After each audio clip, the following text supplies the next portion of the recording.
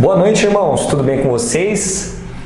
Mais um domingo, graças a Deus, e ter esse privilégio e essa oportunidade de compartilhar um pouco da palavra. Hoje nós temos aí, cumprindo o desafio do pastor Lucas, da série Minha Alma Anseia por Ti, de poder trabalhar um texto que eu nunca trabalhei nesses 9 anos de pastorado, e é um texto que vai trazer vários desafios. Então a gente vai abrir lá a Bíblia no livro de Judas, penúltimo livro da Bíblia, e se você tem um aplicativo, abre pelo aplicativo. Se você tem a Bíblia em casa, Judas ele é um livro curto, tem 25 versículos, e a gente vai buscar hoje extrair o máximo. Talvez algumas coisas não vai dar para a gente falar pela questão de tempo, mas tem muita coisa bacana. Então vamos lá, Judas, nós vamos ler aí em partes, como a gente tem seguido, e buscar sempre fazer uma aplicação prática. Antes da gente começar a leitura, algumas curiosidades. Esse Judas não é o Judas Iscariotes, tá? Esse Judas provavelmente é o irmão de Jesus, que é narrado lá em Marcos capítulo 6, versículo 3. A Bíblia narra Tiago, tem outros Tiagos, mas tem Tiago que é irmão de Jesus, e tem Judas que também é irmão de Jesus. Eles eram descrentes no ministério, durante o ministério de Jesus antes da crucificação, e provavelmente, tanto os teólogos quanto os historiadores, acreditam que eles se converteram aí após a ressurreição de Jesus. Em 1 Coríntios capítulo 15, dos versículos 3 a 8, nós temos a narrativa de Jesus encontrando Tiago. E aqui nós temos o livro de Judas. Então, de repente, se você tiver com Judas na cabeça, porque a cultura acabou trazendo Judas como um sinônimo de traição. E esse Judas aqui não tem nada a ver com Judas Iscariotes. Então vamos lá, a gente vai ler os quatro primeiros versículos e vou dar um panorama geral do que a carta está dizendo. Então vamos todo mundo junto. Versículo 1 do livro de Judas diz assim: Judas, servo de Jesus Cristo e irmão de Tiago, aos chamados queridos em Deus Pai e guardados em Jesus Cristo. Misericórdia, paz e amor vos sejam multiplicados. Amados, enquanto eu empregava toda a diligência para vos escrever acerca da salvação que nos é comum, senti a necessidade de vos escrever, exortando-vos a batalhar pela fé que de uma vez por todas foi entregue aos santos. Pois certos homens se infiltraram descaradamente, os quais desde há muito estavam destinados para este juízo. Homens ímpios que convertem em dissolução a graça do nosso Deus e negam o nosso único soberano e Senhor, Jesus Cristo. Gente, Judas é uma carta que ela é muito objetiva. Judas, a gente não sabe mais ou menos a data e também nós não sabemos para quem ele está escrevendo. Ela é a última carta do que a gente chama na teologia de cartas gerais. Por quê? Os ensinamentos dessa carta se aplicam em todos os contextos. Não que as outras não tinham isso. É que as outras cartas, por exemplo, 1 Coríntios, 2 Coríntios, você está endereçado a uma igreja, a um público-alvo específico. Aqui é uma carta mais abrangente. Então, algumas coisas que são interessantes. Ele está provavelmente condenando, como oposição ao cristianismo, um movimento chamado gnosticismo, que acreditava o seguinte conceito, que a matéria, o corpo, a matéria é má, ela é corrompida, E a alma, ela deve ser purificada. Então você tem que buscar uma elevação da sua própria alma. Eu estou dando uma simplificada aqui porque o gnosticismo ele é muito mais complexo nesse aspecto. Mas era uma ideologia rival ao cristianismo. Assim como João escrevia contra os gnósticos, Judas provavelmente tinha eles como um grupo de oposição. Então, quando a gente pega essa forma em que ele escreve, que ele está falando que buscou com diligência escrever acerca da salvação, ele fala que é necessário ter uma batalha pela fé. Aliás, é o título da nossa mensagem. Essa batalha pela fé que Judas está aqui escrevendo não tem nada a ver com a fé individual, aquele momento em que a gente se converte como um ato de fé. Como diz a Bíblia, a fé vem pelo ouvir a palavra de Deus. A fé aqui, que vem do grego pistis, a ideia é da fé coletiva, da igreja. E essa fé que foi entregue a nós, provavelmente é um corpo doutrinário, que era muito importante para a saúde espiritual da igreja. Então, o corpo doutrinário que a gente pega aí primitivo tem algumas questões que são importantes. Por exemplo, que Deus é o Criador de todas as coisas, que Jesus Cristo morreu pelos nossos pecados, que não há outro meio de salvação que não seja Jesus Cristo, que a igreja é o corpo de Cristo, né? Então, a gente tem um corpo doutrinário bem estabelecido. Jesus é o Senhor, como ele mesmo aqui usa a menção. Então, esses são os pilares que a gente tem na igreja. Logicamente, nós poderíamos pegar outros complementos, né, para falar do corpo doutrinário da igreja primitiva. Mas a batalha pela fé é exatamente as doutrinas que são essenciais para a vida da igreja que estavam sendo afrontadas. Valores que foram confrontados e ele estava buscando encorajar os irmãos. Então a batalha pela fé é uma exortação que nós devemos, independente do tempo em que nós estejamos, nós devemos batalhar pela fé. E é lógico que a batalha aqui não é num sentido físico, mas é num princípio espiritual, primeiramente, né? Porque a gente sabe que nós temos um inimigo. Paulo fala lá em Efésios que a nossa luta não é contra carne ou sangue, mas contra principados, potestades e príncipes deste mundo, ou dominadores do mal. E a ideia é a mesma, porque nós temos um sistema que ele é corrompido e, logicamente, ele vai buscar tentar se infiltrar na igreja através de quem? Dos falsos profetas. Então, quando ele fala que esses homens eles foram destinados, né, no versículo 4, para o juízo, não significa que eles foram predestinados. A palavra destinado aqui tem dois sentidos práticos. Primeiro que se você pegar o Antigo Testamento, falsos profetas, eles deveriam ser condenados por enganar o povo. Então, se nós observássemos, eles recebiam pena capital por falar em nome de Deus quando Deus não estava falando. Então, era uma questão de zelo, né? A maior evidência que a gente tem que o profeta era de Deus, primeiro é que um profeta ele orientava as pessoas a abandonarem os seus pecados e retornar às Escrituras. Nem sempre um profeta estava falando de algo do futuro, né? A gente tem essa mania cultural de acreditar que profecia ela tem que ser apenas, só é profecia se for falar do futuro. Isso é evidência, não é necessariamente profecia. Só 3% do que os profetas escreveram se referia ao futuro. A maioria era uma questão prática para aquele contexto que fazia o povo voltar às Escrituras, voltar à comunhão com Deus, voltar à adoração a Deus. Então, essa era a função profética.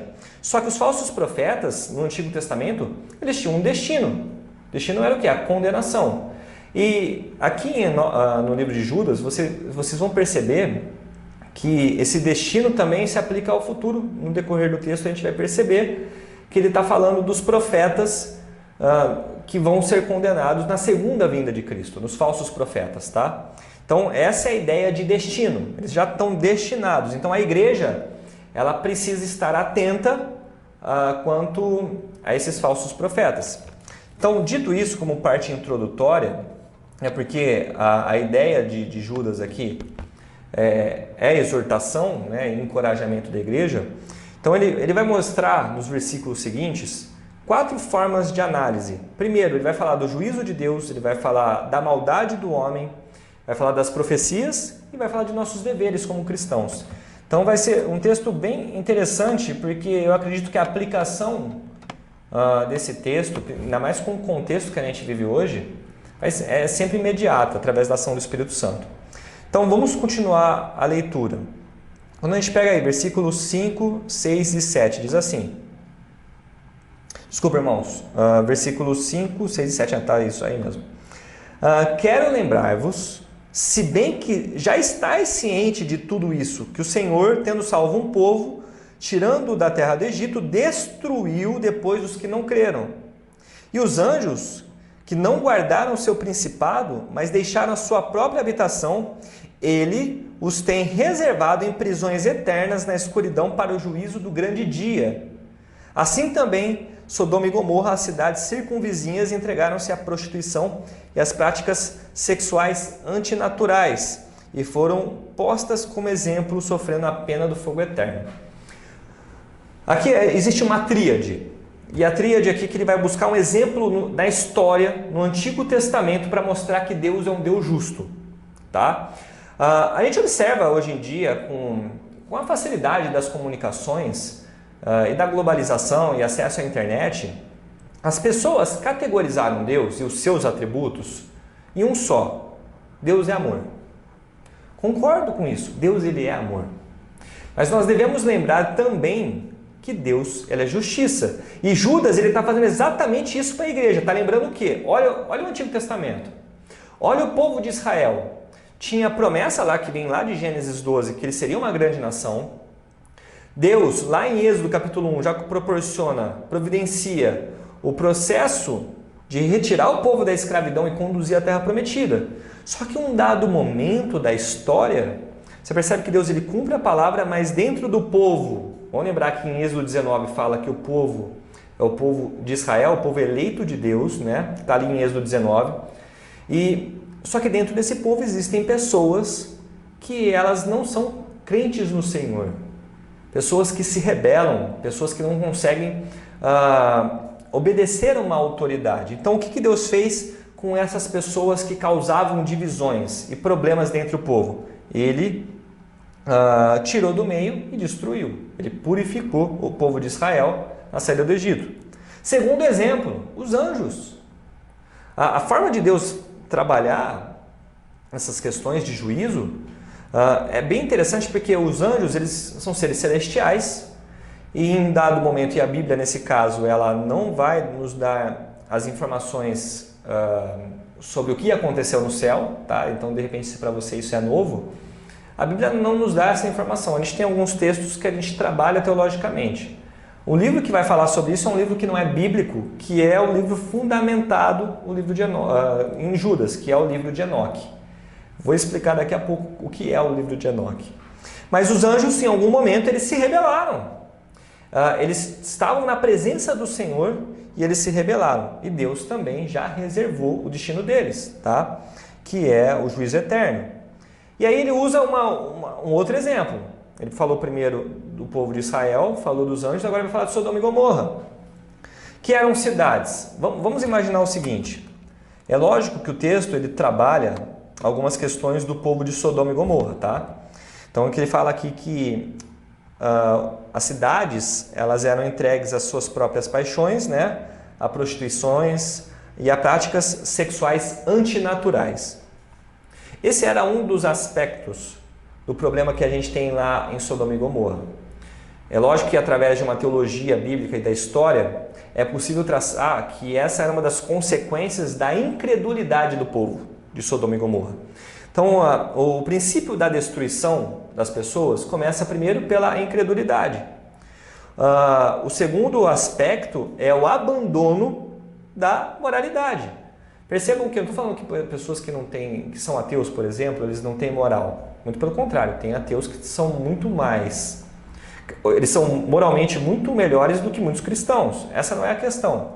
A questão é que a incredulidade, né, contra o Senhor conduziu esses povos ao abandono de uma moralidade social, né, de um bem-estar social através de uma moral, e, consequentemente, isso conduziu a uma devassidão generalizada. Então, a devassidão a respeito dos princípios espirituais e que acarretaram em devassidão da entrega à própria carne.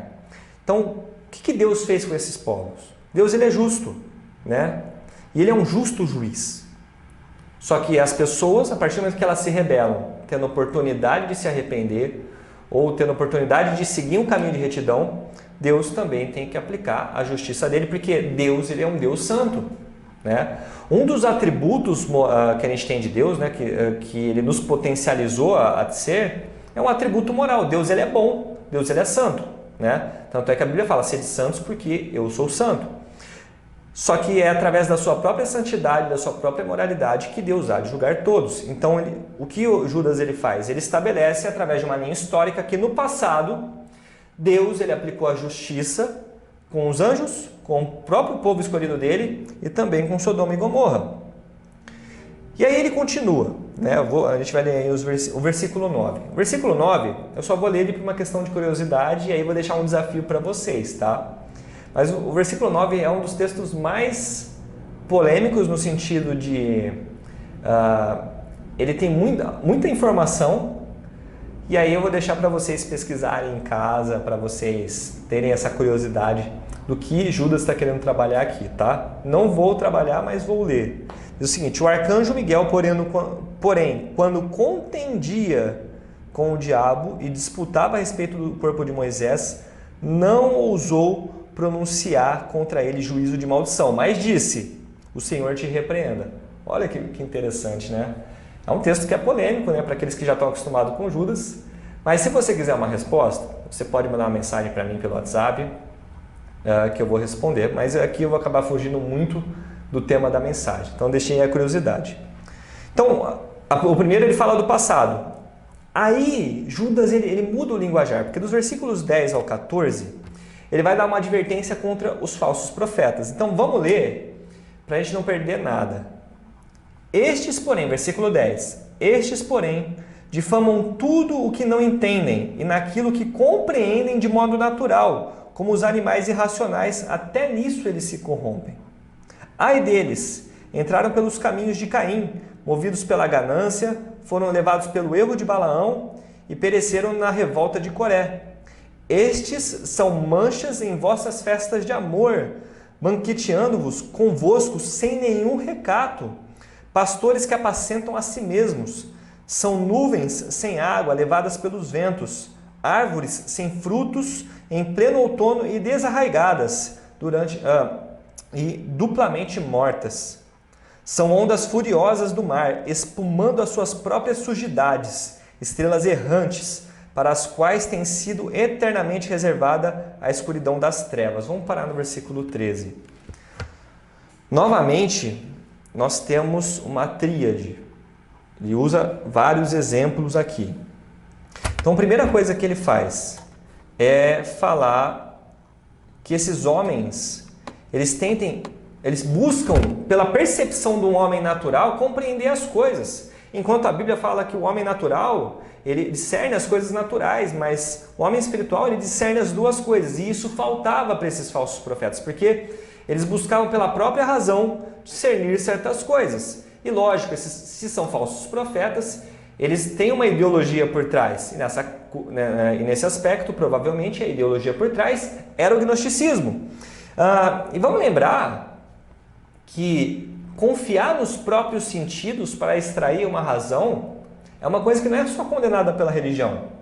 Até a filosofia já teorizou sobre isso. Por exemplo, se vocês pegarem textos de filósofos como René Descartes, Spinoza, Kant, eles vão falar que não dá para a gente confiar na nossa razão, porque a nossa razão ela é enganosa. E esses homens, eles confiavam puramente nos seus sentidos e na sua razão.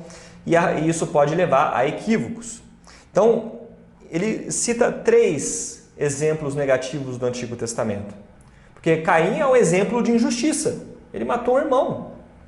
Balaão é o exemplo do espírito da cobiça, da mentira, e Coré da rebelião. Quem lembra lá da história lá do povo que saiu do Egito, né, do povo do deserto, Coré ele armou uma rebelião, né, e principalmente uma rebelião contra autoridades devidamente instituídas. Instituídas por quem? Por Deus. Vamos lembrar que ele se rebelou contra Moisés. Então, esses tipos de pecados, né, eu falei da tríade, eles são exemplificados como péssimos exemplos para a saúde espiritual da igreja. Então, vocês percebem que na última pregação minha, lá em Gálatas capítulo 5, eu falei que um dos problemas da igreja era falso profeta. Gente, eu não estou buscando repetir sempre os mesmos temas, mas esses são temas recorrentes no Novo Testamento. Porque a Bíblia sempre nos alertou que existiria falsos profetas e que buscariam enganar as pessoas. Então não é novidade do nosso tempo, mas é necessário falar. Por quê? Aparentemente, alguns cristãos estão entrando num estado de apatia tão grande espiritual que acham que, nossa, isso é coisa do nosso tempo, esses escândalos que tem no nosso meio são coisas recentes. Não é não, irmãos. Não é. Olha como Judas, ele estrutura o texto dele e ele começa falando de como são esses profetas. Ele fala que eles são manchas nas nossas festas de amor. Sabe o que é festa de amor aqui no texto? Eram celebrações que a igreja fazia junto com os cultos de adoração e com a ceia. Então, as festas de amor, por que é uma festa de amor? Porque é uma festa de amor fraternal, de irmãos na fé. E a igreja praticava isso antigamente, e deve ser a prática da igreja até hoje, primeiro, para a comunhão dos homens e mulheres de Deus, e também para buscar a nossa união como corpo de Cristo com Deus Pai. Só que esses falsos profetas, eles pastoreavam apenas a si mesmos. Isso é novo para você? Você já viu isso nos dias de hoje? Então não é novidade. E eu percebo, né, que quando a gente fala dessas coisas, tem muito cristão revoltado falando que eu vou sair da igreja porque tanto escândalo no meio evangélico, né? Aparentemente, quando a gente começa a dar desculpas, significa que a gente não leu esses alertas contra a igreja. Então, o Judas ele começa a falar que essas pessoas, elas são como nuvens, né? Nuvens sem água, levadas pelo vento, né? Não trazem nenhum benefício. Ondas furiosas que sujam, estragam e destroem. Então, é o nosso objetivo como pastores, alertar a igreja que isso é uma possibilidade muito real e nós devemos tomar cuidado para que nós não sejamos enganados. O que a gente mais tem aí são pastores falando, falsos profetas, né? Falando o que o povo quer ouvir, não o que eles precisam ouvir. Quando a gente pega, vamos continuar aqui no versículo 14, diz o seguinte: concernente a estes profetizou Enoque, o sétimo depois de Adão. Vede, o Senhor vem com milhares de seus santos, para fazer juízo contra todos e para fazer convictos todos os ímpios, acerca de todas as obras ímpias que impiamente praticam e de todas as duras palavras que os ímpios pecadores contra ele proferiram. Estes são murmuradores queixosos, andando segundo seus desejos impuros, cuja boca diz coisas muito arrogantes, bajulando as pessoas por motivos interesseiros. Irmãos, esse texto, ele é de 2000 anos atrás. E aí, a nossa exortação é: não vamos perder o nosso ânimo por causa desses escândalos. Recentemente, a igreja tem sido bombardeada. Você liga lá a TV, é pastora que encomenda a morte do marido. É pastor que está envolvido com política e é preso. É grupos de cristãos que, em vez de demonstrar uma compaixão com uma menina estuprada, vão xingar ela de assassina. E olha, irmãos, que aqui eu não estou falando que eu sou a favor do aborto, não. Eu tenho uma visão bem clara sobre aborto, o tema da nossa mensagem não é esse. A gente tem até a gente está preparando um roteiro aí para a série Livre Pensar sobre esse tema. Mas os cristãos, daí a gente vê aí, nós como cristãos, e eu vou ter que falar uma coisa para vocês que a gente faz muito de errado. E eu já fiz, então eu já estou falando que eu sou o primeiro a me colocar na situação de que eu tive que mudar e preciso constantemente rever os meus pensamentos e a minha postura. Quando acontecia essas coisas no passado, que a gente teve a máfia das ambulâncias, né, que era praticamente a bancada evangélica, eu falava: nossa, eu tenho vergonha de ser evangélico. Às vezes eu pensava: eu tenho vergonha de ser cristão. Irmãos, a gente está errado. Eu posso até ter vergonha do movimento evangélico, porque é um movimento que não necessariamente, em muitas questões e muitos aspectos, não tem nada a ver de Cristo. Mas jamais eu posso me envergonhar de ser cristão. Até mesmo em falar: nossa, eu tenho vergonha de ser cristão. Sabe por quê? É exatamente pelos verdadeiros cristãos em que nós separamos o joio do trigo. Está acontecendo esses escândalos, mas nós vamos mostrar através do nosso testemunho que nós somos diferentes. Nós não podemos nos envergonhar. Porque aqui, Judas, ele cita o livro de Enoque. O livro de Enoque, gente, não é um livro canônico. O que isso quer dizer? Não é um livro que a gente considera inspirado por Deus. É provavelmente da onde ele tirou essa referência, tá? Porque ele cita a questão dos anjos no versículo 6 e ele volta a falar no versículo 14 e 15 do livro de Enoque. O livro de Enoque é um livro judaico antigo. Provavelmente ele extraiu essas ideias, ou ele estava corroborando com alguma das ideias de juízo que estava no livro de Enoque. E Judas não é o primeiro a usar um livro que não é inspirado para fundamentar uma ideia. O apóstolo Paulo também já fez isso lá em Atos 17. É lógico que eles estão buscando trazer um entendimento real e mais concreto. Então, qual é a ideia de Enoque? Primeiro, vai ter o juízo de Deus. Assim como ele aplicou no Antigo Testamento, ele vai aplicar. Então, não adianta a gente ficar aqui, nossa, que vergonha, e ficar com aquela autocomiseração, achando que eles vão sair impunes. Não vão, porque Deus é justo. Cabe a nós cristãos continuar a nossa caminhada, dando testemunho e pregando o evangelho do reino. Momento algum sentir vergonha de ser cristão, independente dos falsos profetas. Eu errei no passado por isso. E está na hora da gente rever a nossa posição. Vai ter falso profeta no nosso meio? Vai. Mas a Bíblia fala que vai ter a separação do joio e do trigo. Assim como houve no passado. Então isso é uma mensagem de esperança. E até um puxão de orelha para nós. Que, nossa, que tá difícil, hein? Que semana difícil para ser cristão.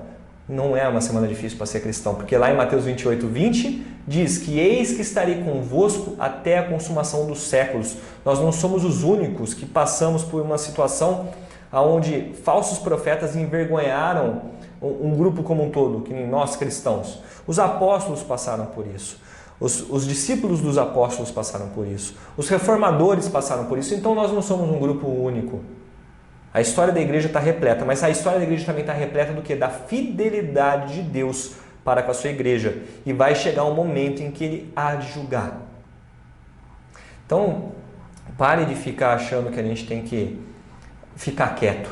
Agora não é hora do cristão falar. Não, está na hora da gente falar dos nossos valores, sim. Está na hora da gente testemunhar esses valores, dar testemunho desses valores na nossa vida e em momento algum se envergonhar do Evangelho. Em momento algum se envergonhar de ser a igreja de Cristo. Tem muito crente aí que agora eu vou ficar quietinho porque os nossos princípios ferem o mundo. Gente, sabe por que os princípios de Cristo ferem o mundo? Porque o mundo está caído, o mundo está doente. Nós somos os portadores das boas novas. E nós temos também que tirar pessoas que estão caindo do erro dos falsos profetas. Então, isso é encorajamento. Isso serve de motivo para nós sermos diferentes. Isso me faz lembrar daquele filme chamado Operação Valkyria, que é com Tom Cruise. O filme foi baseado em fatos reais. Para quem não sabe, o Tom Cruise ele faz um coronel alemão, né, o Stauffenberg. E esse coronel, ele era um cara que se opôs ao Hitler. Ele é um cara que arquitetou diversas vezes matar o Hitler. É lógico que eu não estou falando aqui que a gente vai matar falso profeta, pelo amor de Deus, irmãos. Mas a ideia do coronel ali era mostrar o seguinte, aliás, no filme fala isso, nós precisamos mostrar ao mundo que nem todos são iguais a ele. Talvez parafraseando, nós devemos, como testemunhas de Cristo, mostrar ao mundo que nós não somos iguais a eles, como os falsos profetas. Porque Judas ele dá toda a característica comportamental. Versículo 16, novamente, ele fala, eles são murmuradores queixosos, andando segundo seus próprios desejos impuros, cuja boca diz coisas muito arrogantes, bajulando as pessoas por motivos interesseiros. O apóstolo Paulo diz isso lá em 2 Coríntios, acho que no final do capítulo 2, que nós não somos como esses mercadejantes da palavra. E, gente, isso é de uma profundidade incrível. Então, se de repente você em algum momento deu aquela fraquejada, assim como eu dei no passado, de falar, que vergonha de ser cristão, não faça isso. A igreja é de Cristo, e Ele é fiel, e Ele está conosco. Continuando, e para nós encerrarmos. Judas aqui ele vai buscar encorajar a igreja a lidar com essa situação. Então, ele trata isso como um dever, né? Então, diz o seguinte, quanto a vós, amados, versículo 17, quanto a vós, amados, lembrai-vos das palavras que foram preditas pelos apóstolos de nosso Senhor Jesus Cristo, os quais vos diziam, no último tempo haverá escarnecedores andando segundo seus desejos ímpios. São estes os que causam divisões, são sensuais e não têm o Espírito. Esse o Espírito aqui provavelmente está se referindo ao Espírito Santo. Versículo 20.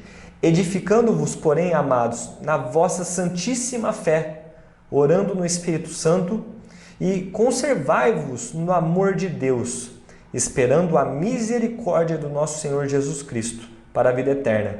E apiedai-vos de alguns que estão na dúvida, salvai-os, arrebatando-os do fogo, quanto os outros têm de misericórdia e em temor, detestando até a roupa manchada pela carne. Irmãos, aqui Judas ele conclui que a igreja ela tem uma obrigação. Primeiro, ele volta a falar dos falsos profetas, né? E os falsos profetas, eles têm características bem definidas. Só que o que a igreja vai fazer então? Qual é o papel da igreja? Primeiro, o papel da igreja, versículo 20, edificar na santíssima fé. E santíssima fé é o quê? Lembra que eu falei do corpo doutrinário? Coisas que são inegociáveis, é ali que nós devemos nos edificar, nos solidificar, estar firmes, porque essa é a ideia do texto. Nós não vamos negociar os nossos princípios para ser mais deglutível ao mundo, mas nós vamos demonstrar o nosso amor para com eles. E como? Falando a verdade de Cristo, a verdade que liberta o mundo do pecado. Nós não vamos abrir mão, transformando Jesus num grande paz e amor. Não, nós vamos falar do Jesus que ama, mas do Jesus que é justo. E isso serve para a saúde da igreja, né? Como a gente sabe se a igreja é sadia? Pela fidelidade à fé que nos foi entregue. Tá? Ele fala, conservai-vos no amor de Deus. Então esse conservar no amor nós devemos nos manter unidos pelo amor que é de Deus. Esse amor ele é demonstrável, tá? Então não é um amor que fica só para você, é um amor que ele vai além, é um amor que faz você pregar aos miseráveis, ajudar os mais necessitados, falar as verdades do reino, tá? E esperar da misericórdia de Jesus Cristo, né? O nosso Senhor para a vida eterna. Todos nós necessitamos da misericórdia. Eu citei recentemente sobre Lamentações, até preguei sobre esse texto nessa quarentena, né?